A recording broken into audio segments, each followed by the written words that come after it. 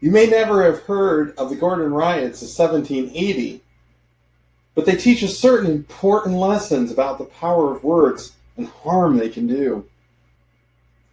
This story begins in 1778 as the English Parliament passed a series of bills called the Relief Bills. These relief bills repealed certain aspects of the English penal law, which, according to the Encyclopedia Britannica, penalized Catholics for practicing their faith in England, with anything anywhere from the inability to own private property to even death in certain cases.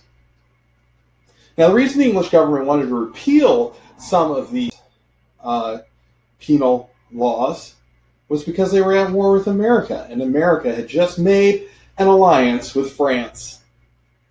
Now, France was predominantly Catholic. The English government was afraid that the way they had been treating the Catholics might lead the Catholics to form a fifth column within their nation, which would be pro-French and pro-American, thus weakening them even more than they already were because of the American Revolution.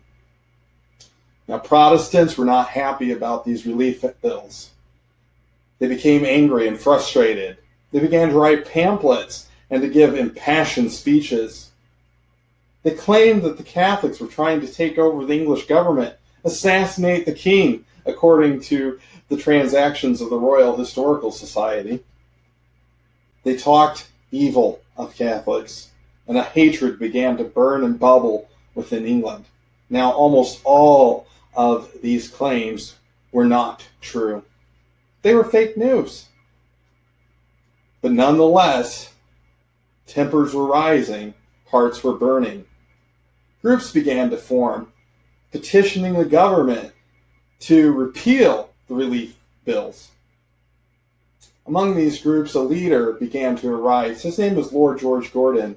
Lord George Gordon made a petition which was signed by 20,000 English men and women, which petitioned the English Parliament to repeal the relief bills. Now, on Friday, June 2nd of 1780, Lord George Gordon and between 40 and 60,000 of his followers marched on the English Parliament, demanding that this petition be reviewed. The English Parliament refused to review it that day, although they said they would the following Tuesday. Tempers flared, violence began to break out. This was the start of 5 days of pillaging, burning, and rioting in London. Eventually, the English government declared martial law and sent troops into the streets with orders to shoot on sight any rioters who refused to disperse at order. This they did. Nearly 300 Englishmen were killed in the streets by their own military. Many more were arrested. 75 of these were sentenced to death, with 25 of them being hung, according to the transactions of the Royal Historical Society. This teaches us something. It teaches us what James tells us. Our tongues are a flame of fire that's set on fire of hell. They can do great damage very quickly.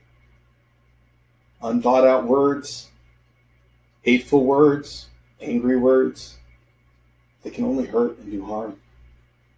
Let's remember this. Let's remember the riots of 1780 and speak with love and care to all men at all times.